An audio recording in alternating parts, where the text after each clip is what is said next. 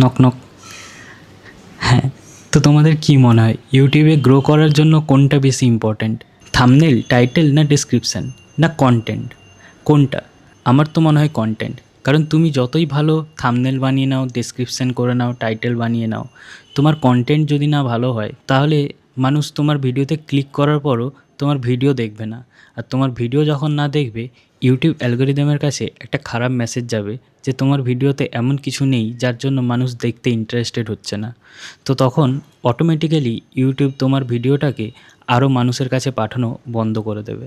তো এর ফলে যেটা হবে যে তোমার ভিডিও থাম্বনেল ভালো হোক, টাইটেল ভালো হোক, ডেসক্রিপশান ভালো থাকুক না কেন, তোমার ভিডিও কেউ দেখবে না। তো এর জন্য আমার মনে হয় সবথেকে ইম্পর্ট্যান্ট কন্টেন্ট।